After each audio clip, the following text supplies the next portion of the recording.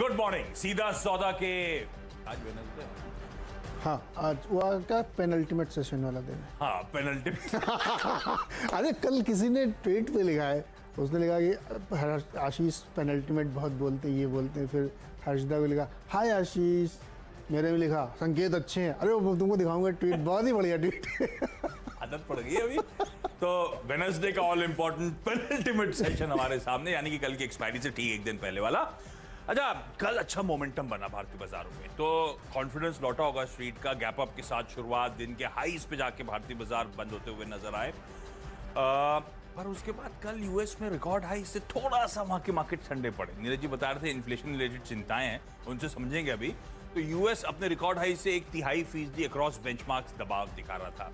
Asia थोड़ा सा सल्क कर रहा है और हमारा एसजीएक्स निफ्टी भी दिखा रहा है कि हल्की कमजोरी के साथ आज वेडनेसडे की कामकाज की शुरुआत होगी। पर है एक एक्शन पैक्ड दिन। दिल्ली पे नजर होगी वेडनेसडे, तो कैबिनेट मीट शेड्यूल्ड, जोमेटो का आईपीओ, रिजल्ट्स में इन्फोसिस का तड़का, तो बड़े नंबर, सब कुछ होने वाला है। तो एक्शन पैक्ड दिन है। ग्राउंड तो ठीक ठाक है, काफी सारे वेरिएबल्स हैं, लेकिन पिच दरअसल कैसी है वो आपने चाबी डाल के देखा कितनी नरमी है? हाँ देखा, क्या नमी कितनी है पिच में, देखते थे वो? बहुत ऊपर नहीं, ऊपर ऊपर है खाली, बस नीचे एकदम सख्त। एकदम सख्त है, सूख जाएगा तुरंत। क्योंकि इंतजार कर रहे हैं ना लोग कि कब मार्केट गिरेगा, कब मार्केट गिरेगा। वैसे ही कब इन्फ्लेशन वो नहीं, वो अच्छे स्टॉक्स की लिस्ट निकाल रखी है मैंने, कब गिरेगा तो खरीदूंगा। वो गिरी नहीं ना। एक उसके भी मीम आया, मैं आपको दिखाऊंगा। हाँ। Watch list portfolio. तो नहीं, इन्फ्लेशन एक्चुअली क्या है, अमेरिका में ना बहुत सर्विस वाला बहुत बढ़ रहा है। लोग घर से निकल रहे हैं, ये वो, तो कारों के रेंटल और होटल के, मतलब अच्छी खबर है वैसे। एक्चुअली इकोनॉमी के लिए बहुत अच्छी खबर है। तो उसकी वजह से बार बार बढ़ के आता है, तो लोगों को लगता है कि नीचे नहीं आ रहा, नीचे आने रहा। लेकिन मुझे भी ऐसा लगता है कि अगर आप चार्ट वगैरह देखें, नंबर देखें, तो ऐसा लगता है कि अब धीरे धीरे वो टेपर डाउन होगा। ऐसा नहीं कि वो एकदम एक सीध में ही चलता चला है। 20 साल के हाईज पे कोर इन्फ्लेशन, तो थोड़ा सा उसमें कंसर्न है। आज वो बोलेंगे फेड चेयरमैन कि हम उनकी क्या स्ट्रेटजी है। अब देखिए, मार्केट को ये पता है 2022 एंड तक रेट बढ़ना शुरू हो जाएंगे। मार्केट ये जानना चाहते हैं क्या उससे पहले की संभावना तो नहीं है, या ऐसा कोई बॉन्ड बाइंग प्रोग्राम ही एकदम बंद कर दें।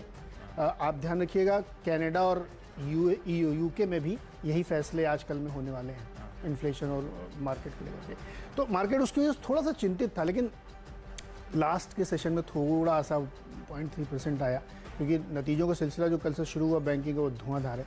तो मुझे ऐसा कोई बहुत बड़ा कंसर्न नहीं लगता, लेकिन जब भी ऐसे कंसर्न आते हैं, मार्केट थोड़ा 10-20-25 पॉइंट नीचे होता है और हम लोग इस उम्मीद में होते हैं कि गिरेगा, लेकिन गिरता नहीं है। तो अभी जब तक कोई स्टेटमेंट नहीं आता फेड की तरफ से कि इस दिन से मैं बॉन्ड बाइंग कम कर दूंगा, तब तक मार्केट नहीं गिरेगा। ये वैसे ह्यूमन साइकी है। हमारे यहाँ भी सबके सब एक साथ जैसे खुला सा पहाड़ पे पहुंच गए। हाँ, अमेरिका में भी ऐसे वैसे ही वही हो रहा है। ठंडा पड़ेगा, वही हो रहा है। वहाँ पे खूब रेंटल कार की बढ़ते जा रहे हैं, किराए की लोग निकल रहे हैं। जॉब में बहुत सारे वेजेस बढ़ गए हैं, क्योंकि बहुत सारे लोग काम पे नहीं जा रहे हैं, तो जो जा रहे हैं उनकी वेजेस बढ़ रही हैं बहुत। ये तो ठीक है। तो मतलब बेसिकली अब ये ब्लिप्स में इवेंचुअली खरीदारी करने के मौके ढूंढने हैं। एक्चुअली निफ्टी की चाल अपनी जगह, स्टॉक स्पेसिफिक तो खैर यही करने का मन है। तो 10 के 10 बल्लेबाज पहली बता देता हूं। और इस समय हाई बीटाज रह के फोकस में आ रहे हैं बाजार। तो कभी मेटल आउट परफॉर्मेंस, कभी बैंक्स में आउट परफॉर्मेंस, कभी वो रियल एस्टेट में आउट परफॉर्मेंस। और रियल एस्टेट के साथ साथ मैं रह के कह रहा हूं, इंफ्रा भी अच्छा मूव दिखाएगा। अब इंफ्रा में क्या हो रहा है, एक सेक्युलर रन नहीं मिल रहा है, लेकिन इंडिविजुअली कोई भी स्टॉक उठाइए आप, 52 के हाईज के आसपास आके खड़ा होगा। तो इंफ्रा अननोटिस जा रहा है, मुझे लगता है बड़ी स्ट्रेंथ दिखा रहा है। तो शुरुआत कुछ इंफ्रा कंपनीज के साथ पहली। अच्छा, इंफ्रा लेने की एक और वजह थी, अपडेट ही आया है कि Q1 में, यानी कि ये अप्रैल मई जून का जो क्वार्टर है, हाईवेज का कंस्ट्रक्शन जो है 25% का जंप है डिस्पाइट लॉकडाउन। तो इस तरह से इंफ्रा में सुखबुगाहट रही पूरे लॉकडाउन के दौरान। तो आईटीडी सीमेंटेशन पहली कंपनी आप लोगों की स्क्रीन पर, एक्सपेक्ट कर रहा हूं कि इंफ्रा अच्छा मोमेंटम पिकअप करेगा। साल के हाईज 95 के, स्टॉक आ गया 91 पे खड़ा हुआ। तो पहला अड़चन का जोन 95 का होगा। एक बार वो पार हुआ तो मुझे लगता है स्ट्रॉन्ग अप मूव्स होंगे, क्योंकि ये वो स्टॉक्स हैं। आईटीडी सीमेंटेशन पहले 200, 225 तक के हाईज देख चुका है, उसके बाद करेक्ट हुआ तो, और अब वापस चलने की तैयारी में है। इस बीच एक बात ध्यान रखिएगा इंफ्रा के लिए अपनी टेलविंड्स, वो लॉकडाउन में जो मैं कंस्ट्रक्शन ऑफ हाईवेज वगैरह कह रहा हूं, एक्टिविटी बड़ी स्ट्रांग थी। हम मंडे को अब से कुछ ट्रेडिंग सेशंस दूर ही जीआर इंफ्रा प्रोजेक्ट्स की लिस्टिंग का इंतजार कर रहे होंगे। क्या रिस्पांस आया है? तो अच्छी पेडिग्री है तो रिस्पांस तगड़ा है। 100 गुना से ज्यादा वो आईपीओ भरा था, तो वो लिस्ट होगा तो ये सब आपको बाकी इंफ्रा कंपनी रिलेटिवली कंपैरेटिवली बेहतर प्लेस नजर आएंगी। मुझे लगता है ये स्टॉक्स भी अच्छा मूव दिखाना शुरू करेंगे। इसने पिछले हफ्ते घोषणा करी 585 करोड़ रुपीस के 2 ऑर्डर्स सिक्योर करे, सूरत मेट्रो रेल से, दूसरा एयरफोर्स स्टेशन पालम से। तो इस तरह की पेडिग्री के ऑर्डर्स बैक कर रही है। और लास्ट अपडेट जब इसने ऑर्डर बुक का शेयर करा था तो 11,700 करोड़ रुपए की ऑर्डर बुक थी। अब उस पर फर्दर ऐड कर रहे हैं ये लोग। इस तरह से ऑर्डर बुक्स बढ़िया चल रही हैं। इस कंपनी के बिजनेस की खासियत ये जिस तरह का डाइवर्सिफिकेशन है, तो ये कंपनी मरीन से लेकर ये एयरपोर्ट्स, मेट्रो, सब में बहुत ब्यूटीफुली डाइवर्सिफाइड है। और दूसरा, एक तो वो अच्छा ट्रिगर लगता है और दूसरा इसकी पेरेंटेज भाई इटालियन थाई डेवलपमेंट कंपनी, विदेशी पेरेंट है जो 46% ओन करता है। जेएमसी प्रोजेक्ट्स दूसरी कंपनी, सेम स्पेस की। ये कंपनी जानी जाती है बिल्डिंग्स, फैक्ट्रीज खड़ी करने के लिए, अर्बन इंफ्रा के लिए और वाटर प्रोजेक्ट्स एग्जीक्यूट करने के लिए। जेएमसी इंफ्रा प्रोजेक्ट्स या जेएमसी प्रोजेक्ट्स की अभी पेरेंटेज बहुत स्ट्रांग है। कल्पतरू ग्रुप की कंपनी है। कल्पतरू पावर ट्रांसमिशन जो लिस्टेड कंपनी है वो 68% स्टेक इस कंपनी में ओन करती है। मुंबई में आजकल बड़े बड़े कई सारे प्रोजेक्ट जो है ये कंपनी एग्जीक्यूट कर रही है।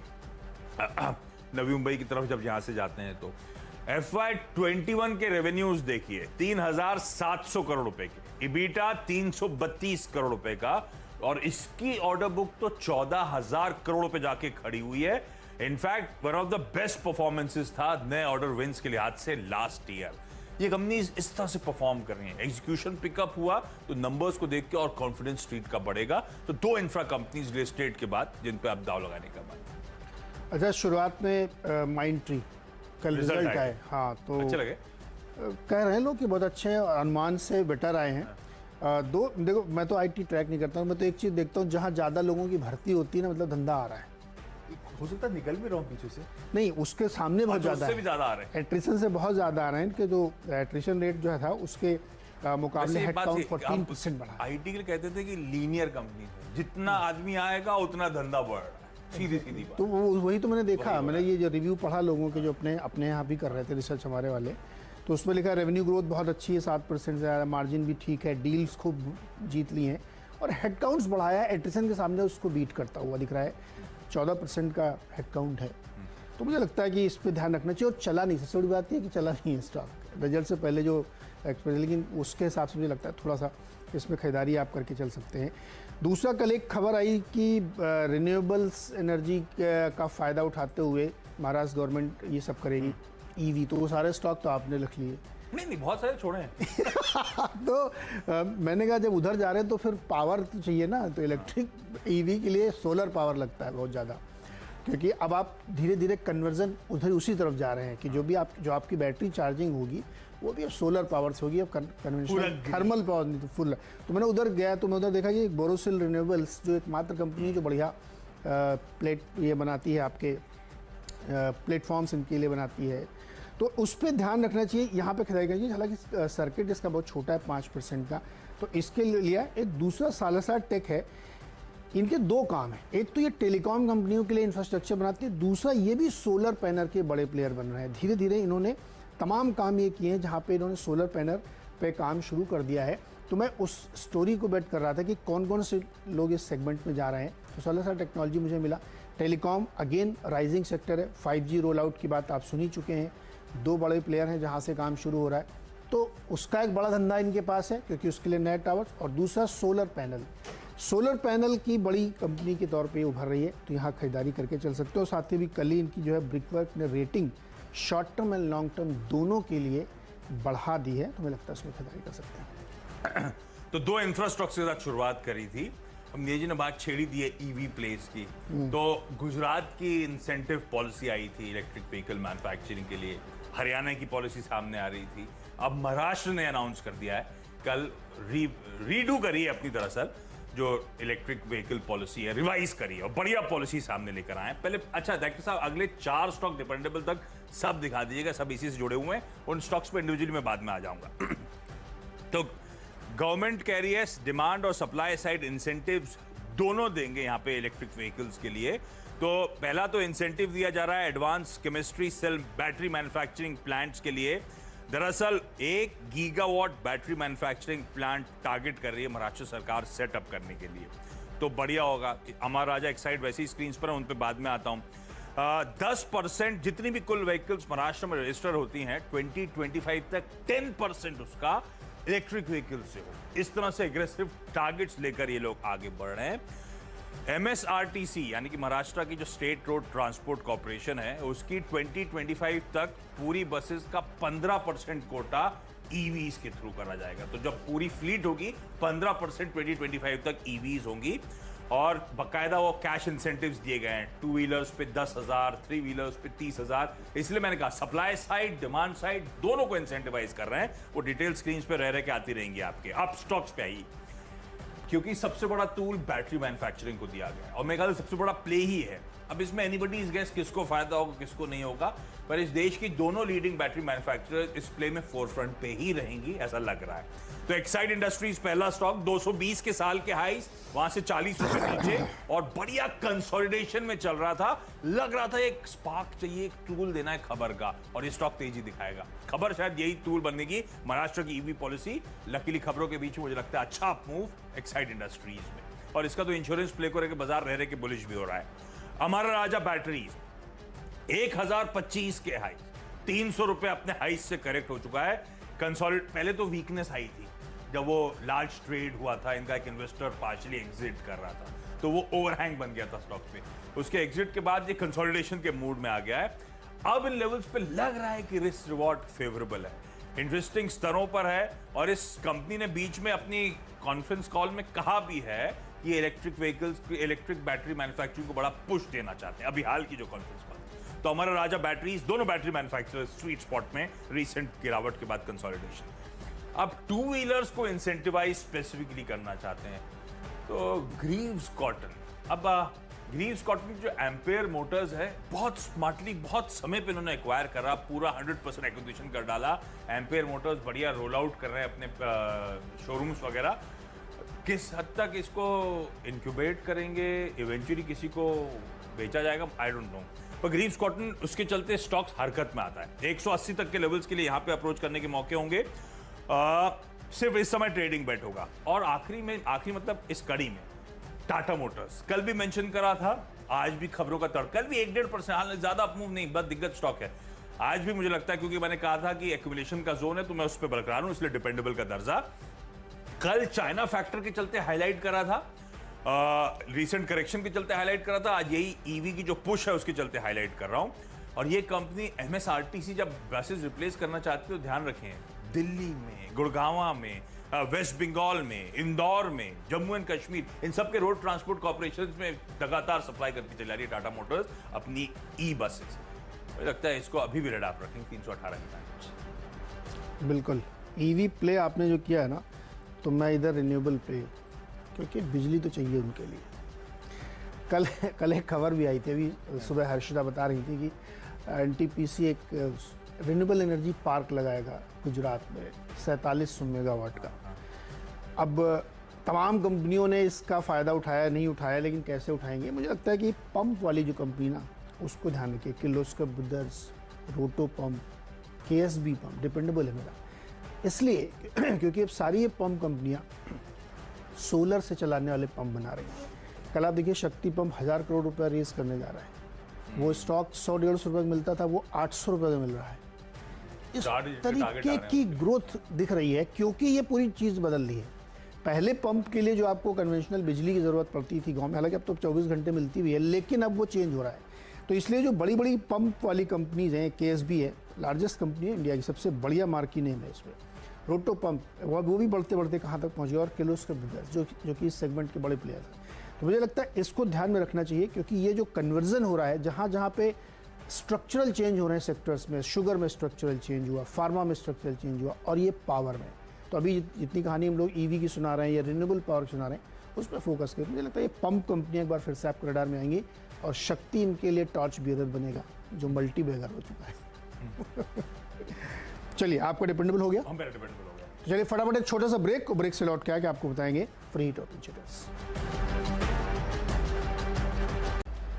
स्वागत है एक बार फिर से आपका सीधा सौदा में। और अब बारी है फ्री हिट और पिंच हिटर्स की। जेएम फाइनेंशियल्स फ्री हिट के तौर पे लिया है।